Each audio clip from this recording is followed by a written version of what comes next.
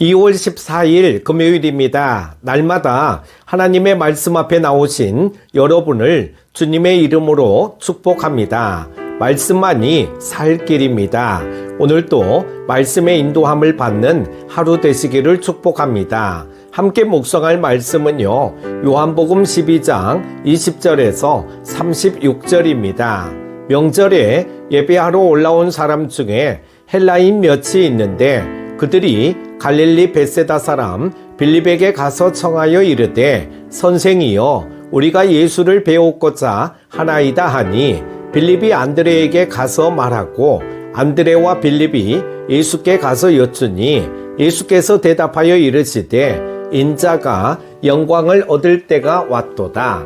내가 진실로 진실로 너희에게 이르노니 한 알의 밀이 땅에 떨어져 죽지 아니하면 한 알 그대로 있고 죽으면 많은 열매를 맺느니라.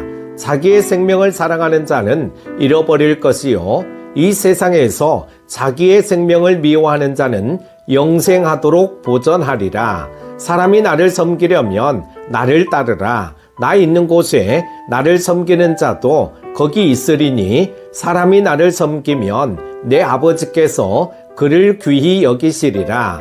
지금 내 마음이 괴로우니 무슨 말을 하리요? 아버지여 나를 구원하여 이 때를 면하게 하여 주옵소서. 그러나 내가 이를 위하여 이 때에 왔나이다. 아버지여 아버지의 이름을 영광스럽게 하옵소서 하시니 이에 하늘에서 소리가 나서 이르되 내가 이미 영광스럽게 하였고 또다시 영광스럽게 하리라 하시니 곁에 서서 들은 무리는 천둥이 울었다고도 하며 또 어떤 이들은 천사가 그에게 말하였다고도 하니 예수께서 대답하여 이르시되 이 소리가 난 것은 나를 위한 것이 아니요 너희를 위한 것이니라. 이제 이 세상에 대한 심판이 이르렀으니 이 세상의 임금이 쫓겨나리라. 내가 땅에서 들리면 모든 사람이 내게로 이끌게노라 하시니 이렇게 말씀하심은 자기가 어떠한 죽음으로 죽을 것을 보이심이로라. 이에 무리가 대답하되 우리는 율법에서 그리스도가 영원히 계신다 함을 들었거늘 너는 어찌하여 인자가 들려야 하리라 하느냐. 이 인자는 누구냐. 예수께서 이르시되 아직 잠시 동안 빛이 너희 중에 있으니 빛이 있을 동안에 다녀 어둠에 붙잡히지 않게 하라. 어둠에 다니는 자는 그 가는 곳을 알지 못하느니라. 너희에게 아직 빛이 있을 동안에 빛을 믿으라. 그리하면 빛의 아들이 되리라. 예수께서 이 말씀을 하시고 그들을 떠나가서 숨으시니라. 아멘. 세상은 언제나 세속적인 성공을 위해 살라고 유혹합니다. 더 많은 부와 명예를 얻어 높아져야 한다는 것입니다. 그러나 하나님은 우리에게 참된 성공은 열매를 많이 맺는 삶이라고 말씀하십니다. 그리고 그 열매를 통해 하나님이 영광을 받으신다고 교훈하고 있습니다. 우리가 많은 열매를 맺기 위해 선택해야 할 삶의 자세는 무엇일까요? 첫 번째는 한 알의 밀알이 되어 썩어야 합니다. 죽은 나사로를 살리신 놀라운 기적으로 인해 사람들이 예수님께 몰려들었습니다. 그리스 사람들같이 그 소문을 듣고 예수님을 찾아왔습니다. 이들은 모두 예수님의 정치적 행보에 관심이 있었습니다.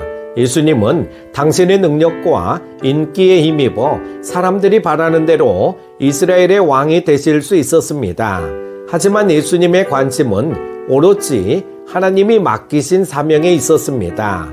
세상에 흩어진 하나님의 백성을 구원하여 많은 열매를 거두는 일에 초점을 맞추셨습니다. 한 알의 씨앗이 되어 많은 열매를 거두는 사명에 집중하셨습니다.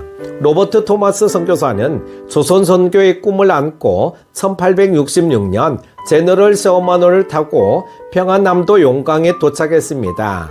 하지만 선교 사역을 시작하지도 못하고 27세의 나이에 죽음을 맞이했습니다. 그는 죽음 직전까지 성경을 사람들에게 나눠주려고 애썼습니다. 심지어는 자기를 죽이러 다가온 병졸 박충곤에게도 성경을 건네었습니다. 박충곤은 토마스가 건넨 성경은 받지 않았으나 길에 떨어진 성경을 집으로 가져와 읽었습니다.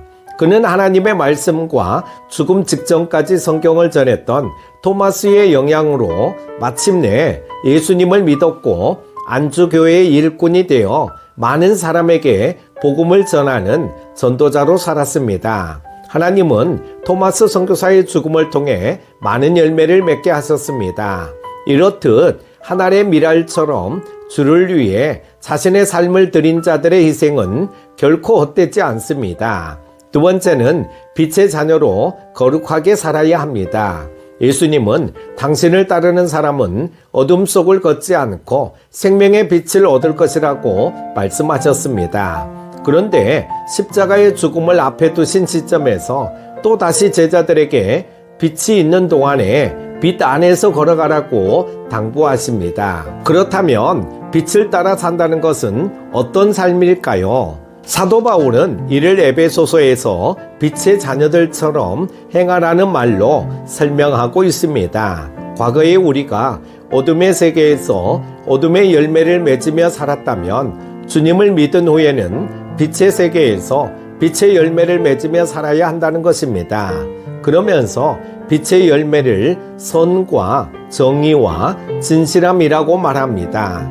오늘날 사람들은 착하게 살면 손해보고 약삭빠르고 이기적으로 살아야 성공한다고 생각합니다. 이것은 현실적으로 틀린 말은 아닐 것입니다. 그러나 그리스도인은 손해를 보고 성공하지 못하더라도 이웃을 섬기고 선한 행위를 쌓아야 합니다. 사회적으로 소외된 약자들을 돕고 일터에서 정직한 방법으로 일해야 합니다.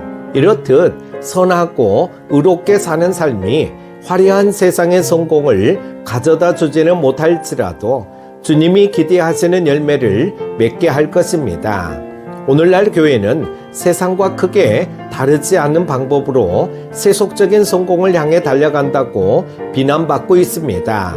우리 주님은 화려한 건물이나 풍부한 재정을 열매라 하지 않으셨습니다. 빛이신 주님을 따라가며 선하고 의로운 열매를 풍성히 맺으시기 바랍니다. 사랑하는 큐티 가족 여러분, 그리스도인은 열매 맺는 삶을 살아야 합니다. 열매를 많이 맺기 위해서는 예수님이 온전히 하나님의 일에 헌신하신 것처럼 우리도 주를 위해 우리 삶을 드려야 합니다. 그리고 세상의 방식이 아닌 선하고 의로운 행위로 빛의 열매를 맺어야 합니다. 우리가 이렇게 빛의 열매를 맺으면 우리를 위해 독생자를 내어주신 하나님 아버지께서 영광을 받으십니다. 오늘 하루도 승리하십시오. 기도합니다. 사랑의 하나님 아버지, 오늘 하루도 새 날을 주셔서 말씀과 더불어 하루를 시작하게 하심을 감사드립니다. 말씀을 통하여 열매 맺는 삶을 살아갈 수 있도록 깨닫게 하심을 감사드립니다. 열매를 많이 맺기 위해서 주님을 위해 우리의 삶을 온전히 드리게 하여 주옵소서. 선하고 의로운 빛의 열매를 맺고 주님께 영광 돌려드리는 큐티 가족들 다 되게 하여 주시기를 원하오며 귀하신 예수님의 이름으로 기도드립니다. 아멘.